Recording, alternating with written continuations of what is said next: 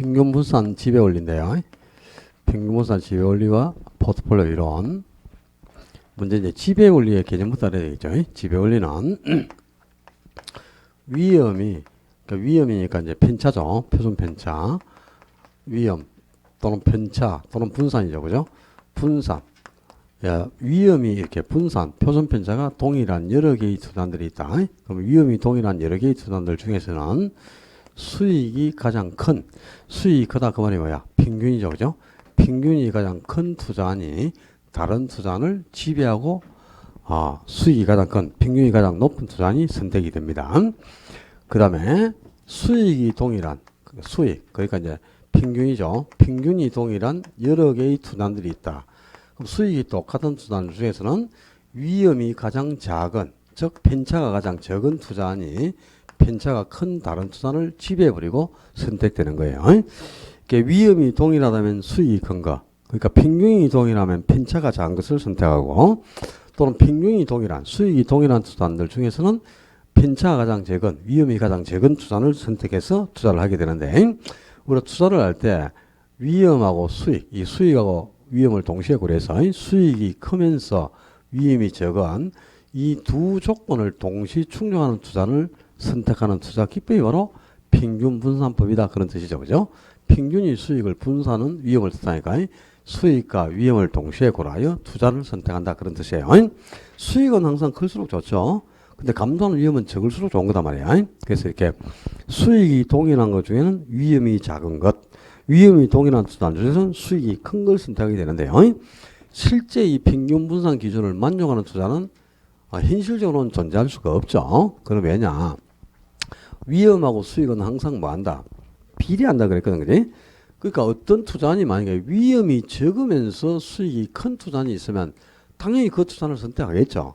근데 실제 현실적으로는 위험하고 수익이 비례하고 있기 때문에 위험이 높으면 수익도 커지는 거죠. 그러니까 위험이 적으면서 수익이 큰 이 두 기준을 만족하는 투자는 현실적으로는 존재할 수가 없죠. 위험하고 수익은 비례하니까, 그지? 그러니까 이 평균분산법은 이론적으로만 가정한 투자 선택 기법이에요. 그래서 현실적으로 평균분산 기준을 만족하는 투자는 있을 수가 없겠지. 그래서 이제 평균분산법으로는 투자를 선택할 수가 없는 거예요. 만약에 지금 A하고 B 두 개의 투자는 있단 말이야. 근데 수익하고 위험을 측정해 봤어요. 근데 수익하고 위험을 측정해 보니까 A가 B보다 수익이 더 커요. 그럼 B는 당연히 수익이 적겠죠. 근데 A가 수익이 더 크면은 B는 수익이 더 적겠죠. 그죠? 근데 위험을 또 측정해 보니까 위험은 B가 또 위험이 더 적고요. A가 위험이 높다 이 말이야. 왜냐? 위험하고 수익이 항상 비례하니까 위험이 적으면 수익도 적고 위험이 높을수록 수익도 커지는 거죠.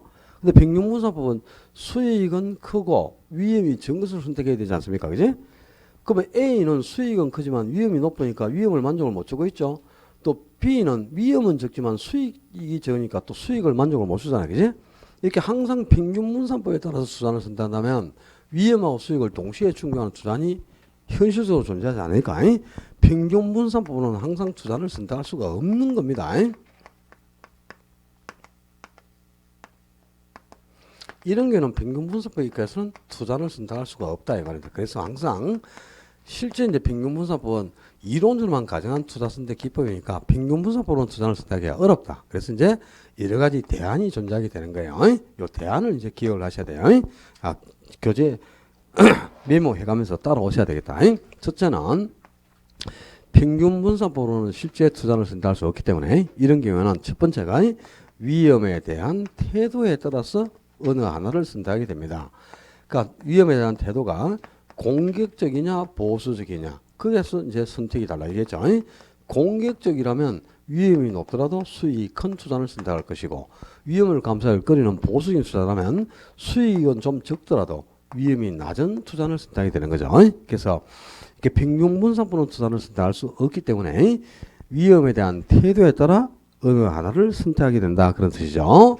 두 번째는 이렇게 평균분산으로 투자를 선택할 수 없다. 이런 경우에는 포트폴리오를 구성하라.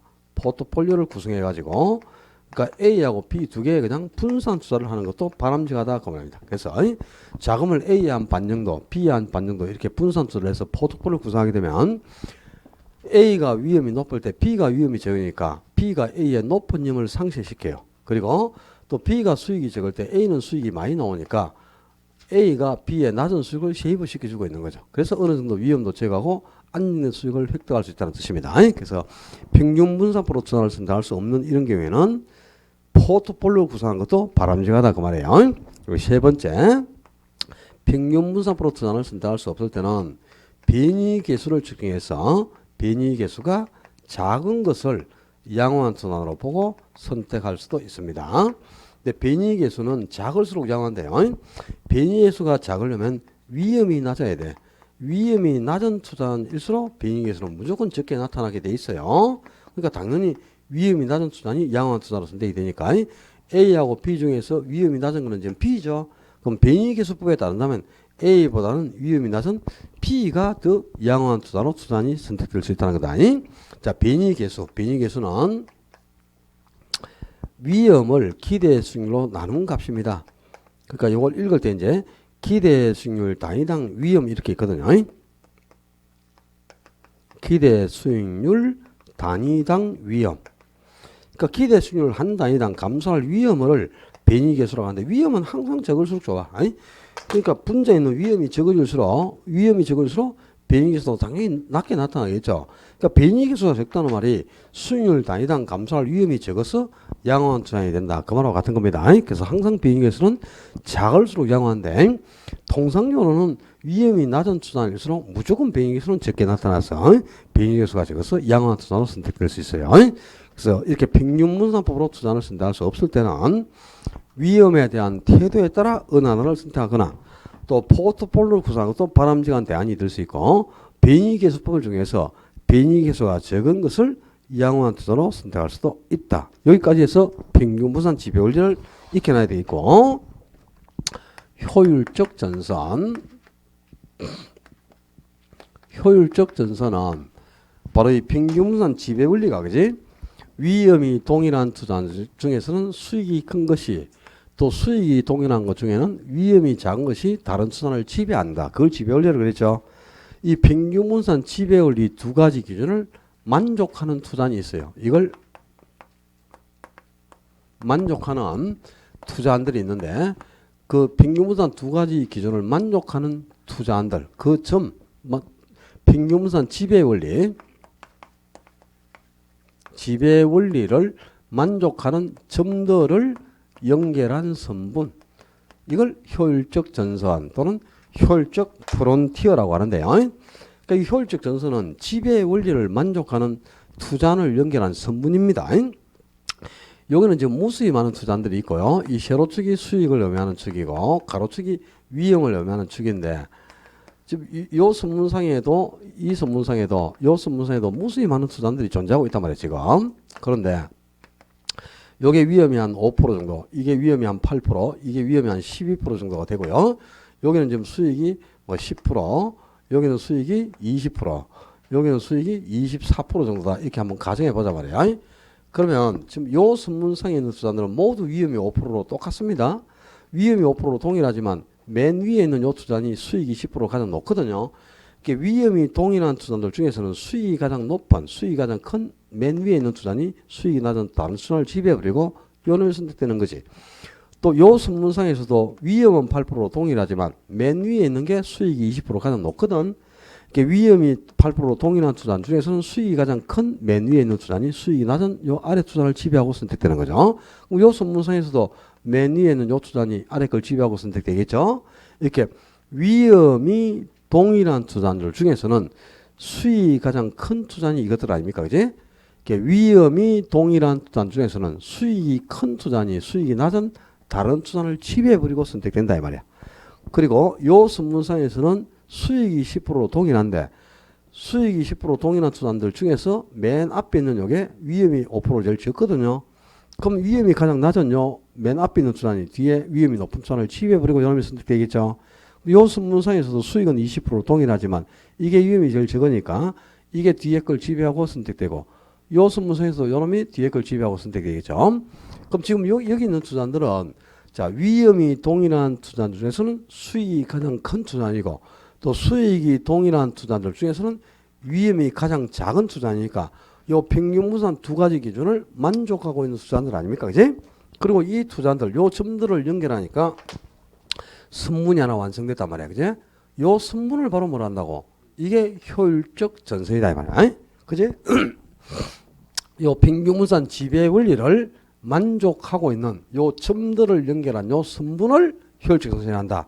또 효율적 전선을 다르게 한번 정해 볼까요? 효율적 전선이란 5% 위험이 동일한 투자에서는 이게 최고의 수익을 나타내죠. 또 8% 위험이 동일한 투자에서 이게 최고 높은 수익이죠. 이렇게 동일한 위험 하에서 최고의 수익률을 나타내는 포트폴리오를 선택해서 연결한 선분, 이게 효율적 전선 아닙니까? 그치? 이렇게 동일한 위험에서 최고의 수익률을 나타내는 포트폴리오를 연결한 선분을 효율적 전선 또는 지배원리 두 가지 기준을 만족하는 이 점들을 연결한 선분을 효율적 전선 또는 효율적 프론티어라고 하는데, 그지? 이 효율적 전선이 우상향하고 있죠. 효율적 전선은 오른쪽 위로 우상향하는 모양을 보이잖아. 우하향이 아니고, 그지? 효율적 전선은 우상향하게 됩니다. 왜 효율적 전선이 우상향하는가? 이유를 아셔야 된다. 자, 요 5%로 위험이 동일한 투자에서는 이게 가장 수익이 높고요.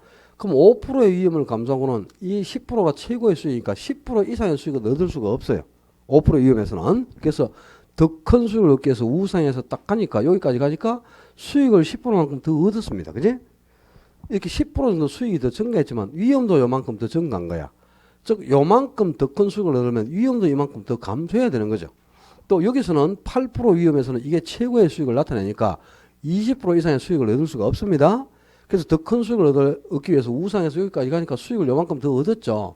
그럼 위험도 이만큼 더 증가했다 이 말이야. 즉 요만큼 위험을 더 감수하면 수익도 이만큼 더 얻고 또 요만큼 위험을 더 부담하면 수익도 이만큼 더 크게 얻을 수 있다는 뜻이다.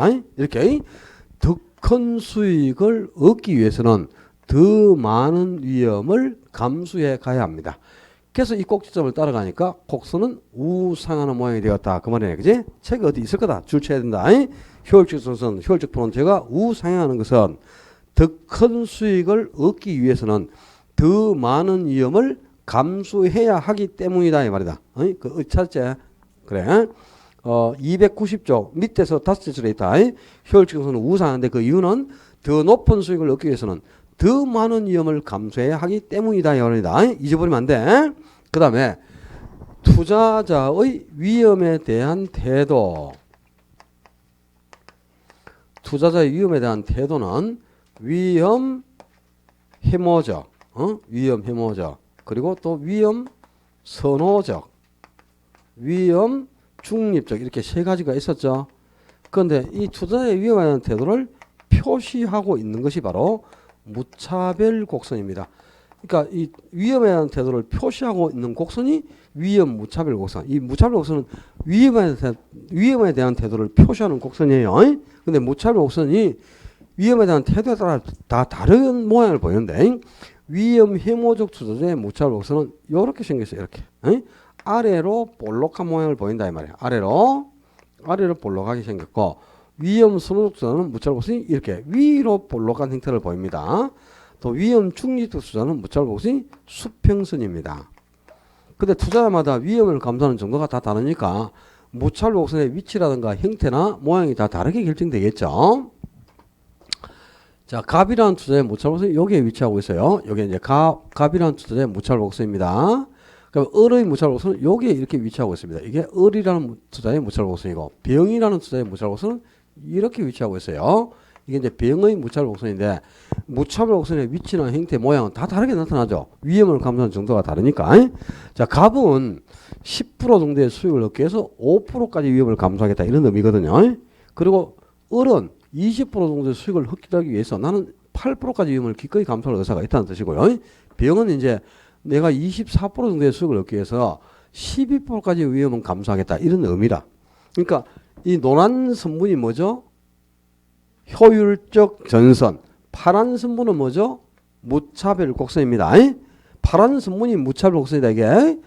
근데 효율적선의 좌측에 있는 투자를 쓴다 할수록 위험을 좀 적게 감수하게 되죠. 또 효율적선의 우측에 있는 투자를 쓴다는 사람이 위험을 더 많이 감수하죠. 그러니까 이 갑이 병에 비해서는 가장 위험을 감수하기를 꺼리고요. 또 병은 갑을보다 위험을 가장 많이 감수하는 투자다. 그러니까 갑은 위험을 감수하기를 꺼리니까 갑이 위험 해모적 투자하고 병은 위험을 가장 많이 감수하니까 병은 위험 스로적 투자다. 이렇게 생각하면 안 됩니다. 이 노란 선문이 효율직선인데 효율직선 상에서 투자를 쓴다는 사람은요. 갑이든 을이든 병이든 여기에 또 뭐 정이 여기 있는 투자를 선택했던 여기 있는 투자를 선택하는 간에 이 효율직선 상에서 투자를 선택하는 사람은 모두가 위험 해모적 투자자예요. 왜 그런가 하니까 이 평균분산 지배원리가 위험 해모적 투자의 투자 원칙입니다. 그러니까 평균분산법에 입각해서 그 평균분산 기준을 만족하는 투자를 선택하는 투자들이 이 효율직선 상에서 투자를 선택하는 거잖아요. 그러니까 이 효율직선 상에 있는 투자를 선택하는 사람은 누구나 다 위험 해모적이라. 갑도 위험 해모적, 을도 위험 해모적, 병도 위험 해모적 투자합니다. 근데 위험 해모적 투자라고 위험을 똑같이 감수하는 건 아니에요. 위험 해모적 투자도 위험을 감수하기를 꺼리는데 어떤 사람은 뭐 아이고 50주에서 뛰어들면 10억 준다고 그건 도저히 못한다. 누구든 안 하려고 하겠죠. 10억 주면 50주에서 뛰내릴 거야. 뛰내릴 사람 손 들어봐요. 50층에서 뛰내리면서 10억을 얻고자 하는 사람은 위험 선호적 투자합니다. 근데 대부분은 안 뛰내리겠죠. 그러니까 대다수의 투자는 위험 해모적인데, 그지? 어떤 사람은 이럴 수도 있단 말이야. 아이고 50층은 좀 심하고 나는 뭐 모르겠다. 한 6층 정도는 한번 도전해보자. 10억이나 준다는데, 그지? 비용비 한 4억 쓰고 그래도 한 6억 남잖아. 이래갖고 6층에 도전하는 사람도 있고 뭐 4층 정도 하면, 그죠? 뭐 한번 해볼까? 이런 여러분도 4층 같으면 기꺼이 뛰내릴 거죠? 안 뛰내릴 거예요? 4층에서 뛰내려갖고는 죽지는 않아요. 대가리부터 안 뛰내리면 다리부터 뛰내리면 살 수는 있어. 뭐 한 두세 개 날아갈 수는 있겠죠, 그죠? 그렇지만 목숨은 부지할 수 있으니까 뭐 받고 해야지. 그 10억이나 준다는데 그 왜 안 합니까? 오기는 돈이 많으니까 뭐 그런 거 안 해도 내가 뭐 그 이상 있는데 이런 뜻이겠죠. 우리는 10억에는 2억만 줘도 나 4층에서 뛰내리겠다 진짜. 그죠? 2천만 원 줘도 한번 해보겠다, 그죠? 다리에 그 뭐 군한 게 딱 싣고 뭐, 그죠? 손 막 꽉꽉 묶고 갖고 서치로프만 먹고 이래 뛰내리는 거지 뭐, 그죠? 또 저는 또 뛰내리면서 또 이렇게 딱 이제 몸이 이제 가냘프잖아요. 날아갈 거 아닙니까 저는, 그죠? 사뿐사뿐 뛰내리면 안 다치잖아요. 투자자마다 이제 위험을 감수하는 정도가 다르니까 위험 해모지라고 위험을 똑같이 감수하는 건 아니다 이 말이다. 그러니까 갑이나 을, 병은 모두가 위험 해모적 투자입니다. 위험 해모적 투자인데 갑이 위험 해모적 투자 중에서도 위험을 가장 감수하기를 꺼리는 투자죠. 그러니까 갑이 이제 보수적 투자자다 그런 뜻이고요. 효율적선의 좌측에 있는 투자를 쓴다서 보수적이라는 뜻이고 이 효율적선의 우측에 있는 투자를 쓴다서 위험을 많이 감수하죠. 그러니까 병이 이제 가장 공격적인 투자다 그 말이에요. 그런데 그럼 갑이 위험을 감수하기를 꺼린다. 위험 회피도가 높다 이 말이에요. 위험을 회피하는 정도가 크다 이 말이 위험을 감수하기를 꺼리니까 보수적 투자다 이 말이고요. 그리고 병이 이제 위험을 감수하는 정도가 가장 위험을 많이 감수하죠. 위험을 회피하는 정도가 적다. 위험 회피도가 적다. 위험 해모도가 적다는 말은 위험을 감수하기를 좋아한다 이 말하고 같은 거잖아, 그지? 그러니까 병이 지금 가장 위험을 많이 감수하니까 위험 회피도가 낮은 공격적인 투자다 이 말입니다. 그런데 여러분이 비교를 한번 해봐. 보수 투자자인 갑이 무찰복선이 가장 가파르고 뒤로 갈수록 무찰복선을 제가 좀 완만하게 그려놨죠. 그 이유가요. 갑은 위험을 감수하기를 꺼리니까 10% 수익을 얻기 위해서 5%까지만 위험을 딱 감수하거든. 그럼 5%까지 위험을 딱 감수하고 나서 더 이상 위험이 증가하면 전혀 위험을 감수 안 하니까 획 피해버린다고. 무찰복선이 아주 극갱사를 이룹니다. 그런데 병은 5%더 더 많이 8%, 10%, 12%까지 완만하게 이렇게 위험을 감수해 가죠. 그리고 12% 이상 위험이 증가했을 때 비로소 피하니까 위험을 이만큼 더 감수하는 만큼 무찰복선도 훨씬 더 완만한 형태로 변하는 거야. 그래서 위험 회피도가 큰 위험보다 큰 보수적 투자자일수록 무차별 곡선은 어떻다고? 가파르다 이 말입니다. 무차별 곡선이 가파르고 그리고 공격적 투자일수록 무차별 곡선은 완만하게 변한다 이 말이에요. 요걸 이제 이번에 모의고사 때 이제 답으로 요거 갖고 1번에다 요걸 딱 넣어놨거든. 위험을 회피할수록 그 말이 위험 회피도가 크다 이 말이거든요. 위험을 회피할수록 무차별 곡선은 가파르다 그래야 돼. X축과 Y축의 이 무차별 곡선, 이 혈축선하고 접하고 있는 무차별 곡선은 위험 회피도가 클수록 가파르고 뒤로 갈수록 무차별 곡선은 완만하잖아요. 그러니까 보수일수록 무차별 곡선이 가파르다 이 말이야. 위험 회피도가 클수록, 즉 위험 회피도가 크다 이 말이 위험을 회피할수록 위험을 감수를 안 하려고 한다는 뜻이잖아요. 그런 사람이 뭐고 보수적이지. 그죠? 그러니까 위험을 회피할수록 무차별 곡선은 어떻고? 가파르고 위험 회피도가 낮아질수록 무차별 곡선은 완만하게 변한다. 계속 여기서 지금 답을 요구하고 있습니다. 우리 시험에서도 나중에 여러분들이 다음 주에 기출 문제 이게 해설 특강할 때 한번 들어보면 알 거예요. 어디에서 답을 요구하는가 이게 중요하다. 여기서 계속 답을 내고 있구나. 그런 지문은 외워버려야지 그냥 지문 자체를 그죠? 이번에 칵칵 탁 찍어줄 테니까 기출 문제 해설할 때 이제 올해도 시험 문제에서 여기서 답 나온다고 올해 예상되는 답까지 콱 찍어줄 거야 내가. 문제도 예상을 해가지고 파트마다 그러면 조금 이제 저거 풀고 나면 그냥 해설 특강 하고 나면 4월 24일 날까지 하면 1차는 다 끝나잖아. 기출 문제 해설이 그죠? 그리고 4월 25일 날 모의고사거든. 이 4월 25일 날은 모의고사 치면 그냥 대박 나겠죠? 그죠? 그죠? 기출 문제 뭐 해설 특강까지 했고 뭐 평균 점수가 한 30점 올라가겠나 그죠? 다 그죠? 4월달 모의고사에서는 평균 60점 안 놓은 사람한테 시상을 한번 해볼까? 시상을? 그럼 일부러 막 틀려고 그러겠죠 또. 참 시상하는 것도 힘드네. 자, 이거 아주 요즘 빈번하게 계속 시험에 내고 있는 거예요. 위험을 회피할수록 무차별 곡선은 가파르고 위험 회피도가 낮을수록 무차별 곡선은 완만하다. 즉 보수적 수할수록 무차별 곡선이 가파르고 공격적 수할수록 무차별 곡선은 완만한데 교재를 한 개만 수정해가지고 291쪽에 심화학습에 보면은 거기에 3번에 형태 해가지고요. 위험 회피형 투자자의 무차별 곡선은 가파르고 위험 선호형 투자자의 무차별 곡선은 완만하다 그랬는데 그건 잘못됐어요. 위험 선호형은 무차별 곡선이 나타나지도 않습니다. 효율적 곡선에. 그러니까 어떻게 고치나 위험 1번은 위험 회피형 중 보수적 투자자. 위험 회피형 중 보수적 투자자의 무차별 곡선은 가파르다. 그다음에 2번은 위험 회피형 투자자 중 공격적 투자자. 이렇게 고쳐야 돼. 둘 다 위험 회피형이라 그래야 돼. 위험 회피형 중 보수적 투자자의 무차별 곡선이 가파르고 그리고 공격적 투자자의 무차별 곡선이 완만하다. 이렇게 고쳐놓고요. 투자자마다 위험을 감수하는 정도는 다 다릅니다. 그러니까 투자자가 선택할 수 있는 가장 양호한 최적 포트폴리오. 최적 포트폴리오가 바로 투자가 선택할 수 있는 가장 양호한 투자는 이 말이거든요. 그것도 전부 다른 곳에서 선택이 되는데요. 자, 지금 이 노란 선문은 뭐죠? 혈적 전선. 노란 선문이 혈적 전선이지. 노란 선문이 혈적 전선이고, 요 파란 선문이 무차별 곡선이죠. 이 자신의 무차별 곡선과 혈적 전선이 서로 접하는 점이 있어. 갑은 요 A점이고, A 투자이고, 을은 B가 되죠. 병은 C가 되겠죠.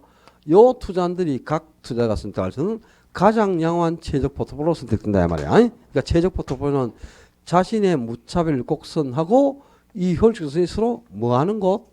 접하는 점. 접하는 점에서 결정된다. 이걸 줄이니까 뭐? 접점에서 결정된다. 접점.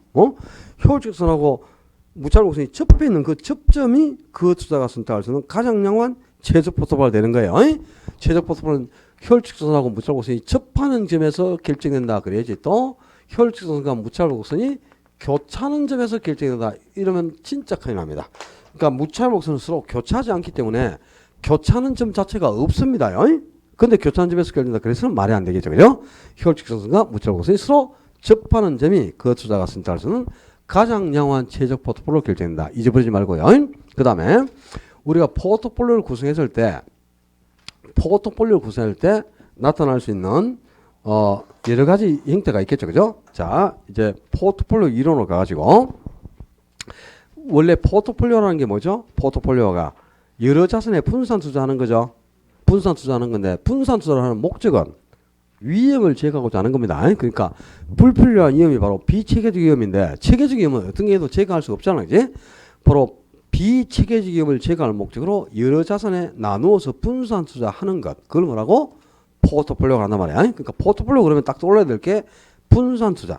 한 자산에 집중 투자하는 것이 아니고 여러 자산에 나눠서 분산 투자하는 것을 포트폴리오로 하는데 분산 투자하는 목적, 포트폴리오 구성하는 목적은 뭐? 비체계적 위험을 제거하고자 하는 거예요. 비체계적 위험을 제거하고자 한다. 근데 어떻게 그럼 우리가 분산 투자를 하고 포트폴리오를 잘 구성해야 비체계적 위험을 많이 제거하게 되느냐? 포트폴리오 효과. 포트폴리오 효과가 크다. 분산 효과가 크다. 그 말하고 똑같아. 이 분산 투자하는 것이 포트폴리오까지. 포트폴리오 효과가 크고 분산 효과가 크다는 말은 무슨 말이냐? 비체계적 위험을 많이 제거한다는 뜻입니다. 이 비체계적 위험을 제거할 목적으로 분산 투자하는 게 포트폴리오니까, 그지? 이걸 많이 제거할 때 포트폴리오 효과가 크고 분산 효과가 크게 나타나는 거죠. 어떻게 하면 포트폴리오 효과가 크게 나타나냐? 첫째는 포트폴리오를 구성하는 자산수를 증가시켜라 그 말이에요. 그러니까 구성하는 자산수가 늘어나면 늘어날수록 통계적으로 볼 때 위험이 더 많이 제거된다는 거죠. A하고 B 두 개로 포트폴리오 구성하는 것보다는 A, B, C 세 개로, 세 개보다는 네 개로 이렇게 계속 자산수를 이렇게 계속 늘려가는 거야. 이 늘려가다 보면은 통계적으로 위험이 더 많이 제거되는 겁니다. 그거는 이제 이 각 자산마다 수익률이 전부 다르게 분포하고 있기 때문에 수익률의 분포 형상이 다르니까 A, B에서 수익이 안 나올 때는 C, D에서 수익이 나올 수 있고요. 또 B, C에서 수익이 안 나올 때는 A하고 D에서 수익이 나올 수 있다 이런 뜻이죠. 그래서 통계로 볼 때는 자산수를 증가시킬수록 위험이 더 많이 제거돼서 분산 효과는 크게 나타난다. 두 번째, 분산 효과가 크고 포트폴리오 효과가 크게 나타나면 상관계수가 작아야 됩니다. 즉 상관계수는 마이너스 1에서부터 플러스 1까지 사이에 값만 가지는데 상관계수가 가장 적을 때가 마이너스 1이에요. 그래서 상관계수가 마이너스 1에 가깝도록 자산이 배합되면 분산효과가 크고 비체계율을 더 많이 제거하게 된다는 뜻이에요. 이 상관계수는 마이너스 1에서부터 플러스 1까지의 값만 가지는데요. 상관계수는 우리가 A, B 두 개로 포트폴리오 구성해서 분산 투자를 했죠. 그럼 요 A, B 두 개, 내가 분산 투자한 이 포트폴리오 구성한 요 두 자산의 수익률의 방향이 동일 방향으로 흐르고 있는지, 수익률이 서로 이렇게 다른 방향으로 흐르고 있는지, 수익률의 방향을 측정하는 지표입니다. 그게 상관계수인데요. 상관계수가 마이너스 1이 나오면 비체계적 위험이 모두 제거된다 이 말이에요. 비체계적 위험을 모두 제거했기 때문에 이때는 분산 효과가 가장 크게 나타나는 거죠. 그죠? 가장 효율적인 포트폴리오 구성한 겁니다. 비체계적 위험을 많이 제거할 목적으로 분산 투자를 하는 건데 이게 모두 제거된다면 분산 효과는 가장 크게 나타난 거죠. 그러니까 포트폴리오가 가장 크게 나타날 때가 상관계수가 마이너스 1일 텐데 이때는 그지? 왜 상관계수가 마이너스 1이 되면 비체계적 위험이 모두 제거되느냐? A, B로 분산 투자를 했죠. 그럼 요 분산 투자는 요 A, B 두 개의 수익률이 정반대 방향이라 수익률이 완전히 반대 방향으로 자산이 배합되어 있다는 겁니다. 이렇게 자산이 배합되면 포트폴리오가 가장 크게 나타나서 제일 양호한 포트폴리오가 구성될 겁니다. 근데 상관계수가 1이면 포트폴리오 효과 자체가 없는 거라. 상관계수가 1이다. 가장 클 때가 1일 텐데 이때는 비체계적 위험조차도 그제 전혀 제거가 안 됩니다. 비체계적 위험을 전혀 제거하지 못했다. 그럼 위험이 전혀 제거되지 않으면 포트폴리오를 구성하는 효과 자체가 없는 거죠. 이때는 분산 효과 자체가 나타나지 않는 겁니다. 왜냐? 이때는 포트폴리오 구성한 자산의 수익률이 서로 동일 방향이라 수익률이 서로 같은 방향으로 유사한 방향으로 수익률이 흐르고 있기 때문에요. 포트폴리오 효과 자체가 없는 건데 A하고 B 두 개의 분산 투자를 했잖아요. A, B 두 개라고 그죠? 근데 A에서 수익이 100%가 나올 때 B에서 0%가 나와야 돼. 또 B에서 100%가 나오면 A에서 0%가 나오고 그럼 서로 수익률이 정반대 방향이니까 A 수익이 안 나오면 B 나오고 B 안 나오면 A 나오잖아요. 이렇게 자산이 배합돼야 분산효과가 가장 크게 나타난단 말이야. 근데 똑같이 A, B 두 개로 분산투자를 했는데 A에서 수익 100% 나올 때 B에서도 100% 나온다. A에 0% 나올 때 B에서도 0% 나오면 수익률의 방향이 동일하잖아요. 이렇게 자산이 배합되면 한 개 수익 안 나오면 다른 것도 수익 안 나오잖아요. 그럼 분산투자는 의미 자체가 없는 거지. 위험이 전혀 제거되지 않았으니까. 그래서 항상 우리가 분산투자를 하고 포트폴리오 구성할 때는 어떻게 하라고? 수익률이 서로 반대 방향이 돼서 상관계수가 마이너스 1에 가깝도록 자산이 배합돼야 한다면. 그래서 상관계수가 커야 좋다, 작아야 좋다. 작을수록 좋다. 우리 시험에 나오는 거는 다 작을수록 좋다. 무조건 작을수록 좋은 겁니다. 상관계수가 작으면 작을수록 비체계점을 더 많이 제거해서 분산 효과는 크게 나타난다. 여기까지 이제 포트폴리오 효과도 정리를 해놔야 되겠고요. 그 다음에 우리 부동산만으로 포트폴리오 구성할 수 있을까 없을까? 있다 그랬지. 부동산은 첫째 부동성이라는 특성이 있어요. 부동성이라는 특성이 있으니까 이동을 할 수가 없지. 들고 다닐 수가 없단 말이야. 그래서 내가 서울에 있는 아파트 하나 사둔 거죠. 서울 강남에 서울 강남에 아파트 살 돈이 없는데 뭐 젠장. 예를 들어서 서울 강남에 아파트도 하나 사고요. 저 요즘 달성군 저 뭐 하원 일대 땅까지 붕붕 떠가지고 지금 난리야. 저기 좀 지나면 개발될 거니까지. 매물 자체도 없고 그렇죠. 그러니까 저기 뭐 요 대구의 달성군이나 달서구 일대 그지 토지도 하나 매입하고 그다음에 저기 또 어디 저 부산에 그죠 저 뭐 사상 공랑 가가지고 공랑도 하나 매입했다. 그러면 지금 서울, 대구, 부산으로 위치나 지역별로 포트폴리오가 구성된 거죠. 서울이나 부산의 부동산을 이동시킬 수 없다는 대구로. 그러니까 이제 지역별로 포트폴리오 구성했잖아 지금 그죠 위치별로. 그다음에 또 용도의 다양성이 있으니까 지금 용도별로도 포트폴리오 구성해서 내가 서울에 아파트 주택 하나 샀죠. 대구에 토지 하나 매입했죠. 부산에 공장 하나 사면 주거용, 공업용 토지 이렇게 용도별로 또 포트폴리오가 구성된 거 아니야, 그지? 그런 용도의 다양성이 있기 때문이죠. 그래서 부동산은 부동산과 용도의 다양성으로 인해서 부동산만으로도 효율적인 포트폴리오를 구성해서 위험을 제거할 수 있다 그래야 됩니다. 얼마든지 다양한 포트폴리오를 구성할 수가 있어요. 다만 이제 부동산으로 포트폴리오 구성하게 되면 지금 토지하고 주택하고 공장 이렇게 포트폴리오 구성했잖아, 그지? 근데 토지에서 수익하고 주택에서 나온 수익과 공장에서 나온 수익이 똑같이 일률적으로 나오지는 않죠. 여기서 뭐 그죠? 연 1.2% 나오면 여기서는 뭐 3.4%가 나올 수도 있고 공장에서는 뭐 6.2%가 나올 수도 있고 그렇지 않습니까? 그러니까 똑같이 2%, 5% 가면 포트폴리오 전체에서 수익 6% 나온다. 바로 계산이 가능하지. 근데 일률적으로 수익률이 동일하게 나오는 게 아니니까 이 전체 포트폴리오에서 수익률이 몇 프로가 나올지 수익률을 계량화하기가 어렵다. 수익률을 측정하기가 어렵고 또 부동산은 조세 구조가 달라서 주거용이나 상업용, 공업용 토지에 부과하는 세율 구조가 다 다르죠. 근데 감가상각비하고 이자에 대해서는 소득공제 혜택을 줬다 그랬죠. 그럼 이제 주택이나 공장은 소득공제 혜택을 받겠죠. 감가가 생기니까. 근데 토지는 감가가 안 생기잖아요. 영속성 때문에. 그러니까 이런 그 소득공제 혜택이나 세율 구조 등을 감안했을 때요. 또 평균 수익률이 몇 프로가 나올지를 측정하기가 좀 어려운 단점이 있다 이 말이야. 조세 구조 등을 감안했을 때. 그 다음에 부동산은 장기 투자거든 원래 부동산 투자는 그죠?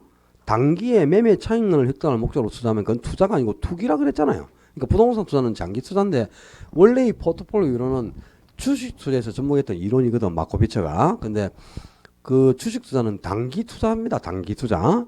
그래서 단기 투자에 적용했던 모형을 장기 투자로 그대로 적용한다는 것은 어려움이 있을 수도 있어요. 또 부동산은 금액이 고가인데 불구하고 한 개 물건 단위로 거래를 해야 되니까 분할 투자 자체가 불가능합니다. 그래서 자금이 쏟아부인 사람은 부동산만으로 포트폴리오 구성하기가 좀 힘든 단점이 있겠죠. 그래서 부동산으로 포트폴리오 구성하면 몇 가지의 단점은 있고 한계점은 있어요. 그렇다고 부동산으로 포트폴리오 구성하는 것이 불가능하다. 그래서는 안 된다 이 말이야. 부동산만으로도 얼마든지 부동산과 용도에 대해서 효율적인 포트폴리오 구성해서 위험을 제거시킬 수 있다. 그래야 되겠네요. 자, 오늘 포트폴리오 이론까지 정리를 했고 다음 주에는 이제 합표의 시행가치 계산부터 해가지고 투자로 남은 부분을 다 끝내는데 거기까지 하면은 2시간 반 정도 걸리지 싶어. 2시간이나 2시간 반. 그리고 이제 남은 시간에는 6편의 금융론으로 넘어갔고요. 금융론에서 상환방법하고 그 다음에 금리 적용 방식 거기까지는 정리를 하고 시간이 되면 모르겠어요. 저당시장의 구조라든가 MBS의 종류까지 아마 증권론까지 나가지실 건데 모르겠습니다. 하여튼 금융론의 절반 정도까지 있잖아요. 그죠? 금융론 1장, 2장으로 나눴으니까 2장 앞에 1장까지는 예습을 조금 해갖고 오시면 좋겠네요. 시간이 자꾸 이렇게 흘러가고 이제 3월도 이제 오늘 3월 29일이니까 3월 이제 또 이틀 3일 남았죠. 한 달이 금방 가죠. 그죠? 엊그제 개강한 것 같고 뭐 11월 달에 엊그제 등록해갖고 이제 뭐 그죠? 손수건 달고 여기 학원에 입학한 지가 하루 이틀 같은데 벌써 5개월이 다 지나고 그렇지 않습니까? 얼마나 시간이 빨리 갑니까? 근데 시간을 이렇게 잡을 수도 없고 또 공부를 하는데 능률은 안 오는 것 같고 막 그렇거든. 모의고사 보니까 점수도 내 뜻한 만큼 안 나오고 막 이러니까 그죠? 스트레스도 받고 막 그럴 건데 전혀 그럴 필요가 없습니다. 그럴 필요 없고 공부는 하면 당연히 한 만큼 점수는 나오게 돼 있어요. 다만 그 나오는 시기가 있어요. 나오는 시기가 내 몸에 체질화 됐을 때 점수가 나오는 거지, 아직 내 몸에 흡수가 안 되고 체질화 되기 전까지는 한다고 점수가 바로 나오는 게 아닙니다. 입지 효과는 충분한 시간을 두고 나타난다 그랬죠. 공부 효과도 충분한 시간을 두고 나타납니다. 아셨죠? 바로 나타나는 게 아니다 이 말이야. 공부한다고 바로 뭐 1시간 공부했다고 바로 그냥 효과 나타나서 점수 빡 오르고 이러면 뭐 이틀 밤새면 모의고사 좀 100점밖에 그런 거 아니다 이 말입니다. 여부를 해야 되는 거지. 그러니까 조급해하지 말고 여유를 가지고요. 여러분이 하던 방식대로 꾸준히 하면 언젠가는 점수가 나올 거예요. 아셨죠? 자신감을 가지고 하시라 이 말이야. 그 다음에 누누이 강조하는데 저 기출문제 해설 특강은 실제 중요한 겁니다. 제가 자꾸 돈이 들어가기 때문에 그죠? 유료로 듣는 거라서 신청해라 소리는 못하겠어요. 내가 돈만 밝게다 할까봐. 근데 실제는 저 같으면 내가 돈을 다 빌려주고라도 듣게 하고 싶어요. 무조건 들어야 됩니다. 이유가 없습니다. 저거는 70%를 반영해서 우리 시험에 내는 기출 문제인데 그걸 해결 안 하고 시험장에 간다는 거는 계란을 바위에 집어 던지는 거하고 똑같은 형국이에요. 반드시 해결해야 돼요. 기출 문제를 제대로 해결하기 위해서 지금 이론 수업을 듣고 있는 거하고 똑같은 겁니다. 그래서 이번에 좀 저걸 듣고 1차는 4월 말 정도까지, 2차는 5월 말이나 6월 중순까지 해서 기출 문제를 6월 안에 1, 2차를 다 정복하잖아요.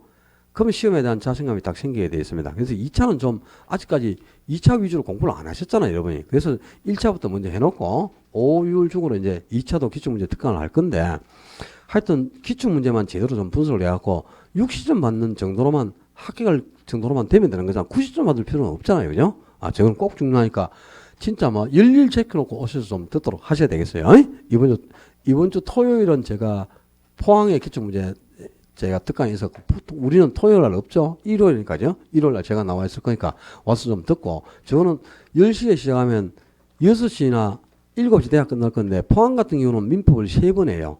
분량이 많아가지고 3번 하던데 우리는 그냥 2번 만에 다 끝나라. 그래서 3번 하면 또 돈 한 번 더 내야 되잖아. 그죠? 그렇지.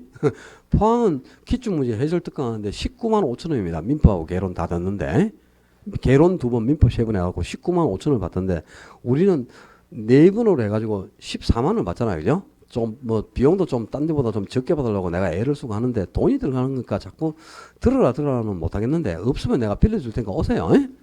빌려줄게. 합격하는 조건으로 빌려주고, 합격하면 안 받을게. 떨어지면 100배 상환. 알았죠? 고리대금 업자로 좀 돈 장수 좀 해봐야 되겠다. 남은 한 주 즐겁고 유익하게 지내시고 다음 주에 건강하게 뵙겠습니다. 수고하셨습니다.